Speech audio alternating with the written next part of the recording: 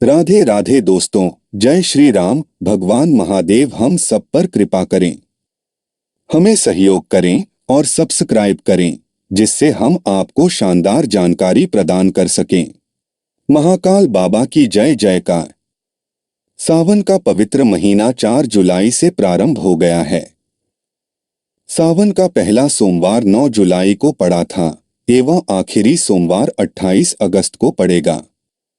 ऐसा माना गया है कि सावन के महीने में सावन सोमवार का व्रत रखकर अगर सावन सोमवार की कथा सुने तो इससे सभी दुखों का अंत होता है और भोलेनाथ अपने भक्तों की सभी इच्छाएं पूर्ण करते हैं। तो आप भी सावन के अंतिम सोमवार को अपने मन में भोलेनाथ का नाम लेकर इस पावन कथा को जरूर सुनें। भगवान शिव की कृपा आप पर हमेशा बनी रहेगी। जय भोलेनाथ। एक बार की बात है, एक साहूकार था जो भगवान भोलेनाथ का बहुत बड़ा भक्त था। उसके पास बहुत पैसा था, लेकिन उसकी कोई संतान नहीं थी। वो हर रोज भोलेनाथ की पूजा अर्चना करता और शिव जी के समक्ष रोज दीपक भी जलाता। साहूकार की केवल यही इच्छा थी कि उसके घर में भी संतान हो। साहूकार की भक्ति देखकर माता पार्वती ने भोलेनाथ को कहा, आपका ये भक्त बहुत दुखी है, आपको इसकी इच्छा पूरी करनी चाहिए। भोलेनाथ ने मां पार्वती को बताया, इसके पास पुत्र नहीं है और यही इसका दुख है। माता पार्वती के कहने पर भोलेनाथ ने माता पार्वती को कहा कि साहूकार के भाग्य में पुत्र योग नहीं है। अगर साहूकार को पुत्र का वरदान मिल भी गया तो उसका पुत्र केवल 12 वर्ष तक ही जीवित रहेगा। साहूकार ये सभी बातें सुन रहा था। साहूकार को ना खुशी हुई ना गम। वो पहले की तरह पूजन पाठ करता रहा। एक दिन उसकी पत्नी ने एक बालक को जन्म दिया। उसके परिवार में जश्न का माहौल था, लेकिन साहूकार पहले की तरह ना खुश था ना दुखी।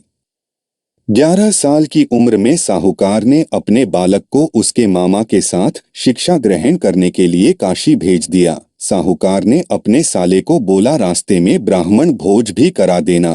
काशी के रास्ते में एक राजकुमारी का विवाह हो रहा था, जिसका दुल्हा एक आंख से काना था।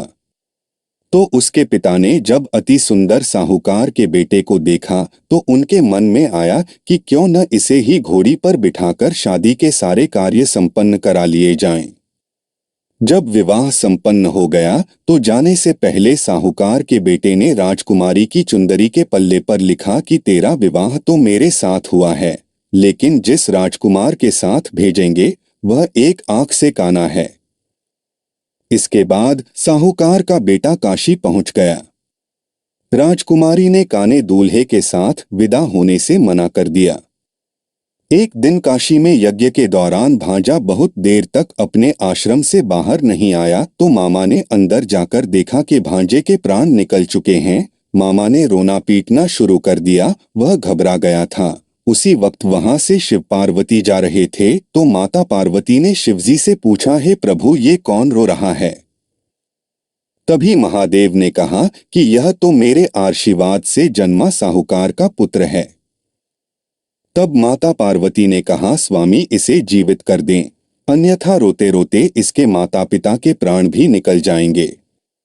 तब भोलेनाथ ने कहा कि हे पार्वती, इसकी आयु इतनी ही थी सो वह भोग चुका है। लेकिन माता पार्वती के बार बार कहने पर भोलेनाथ ने उसे जीवित कर दिया। लड़का ओम नमः शिवाय करते हुए जी उठा और मामा भांजे दोनों ने महादेव को धन्यवाद दिया और अपनी नगरी की ओर लौट चले। रास्ते में वही नगर पड़ा जहां साहूकार के पुत्र का राजकुमारी से विवाह हुआ था और राजकुमारी ने उन्हें पहचान लिया। तब राजा ने राजकुमारी को साहूकार के बेटे के साथ बहुत सारे धनधान्य के साथ विदा किया। इसके बाद वह सब अपने गांव पहुंचे जहां साहूकार अपने बेटे और बहू को देखकर बहुत बहुत प्रसन्न हुआ। उसी रात साहूकार को स्वप्न में शिवजी ने दर्शन दिए और कहा कि तुम्हारे पूजन पाठ और भक्ति से मैं अत्यंत प्रसन्न हुआ, इसलिए मैंने तुम्हारे पुत्र को जीवन दान दिया है। अब तुम्हारा पुत्र जीवन के सभी सुखों को प्राप्त करेगा। इसी प्रकार जो भी व्यक्ति इस कथा को पढ़ेगा या सुनेगा उसके समस्त दुख दूर हो जाएंगे और मनोवांछित सभी कामनाओं की पूर्ति होगी।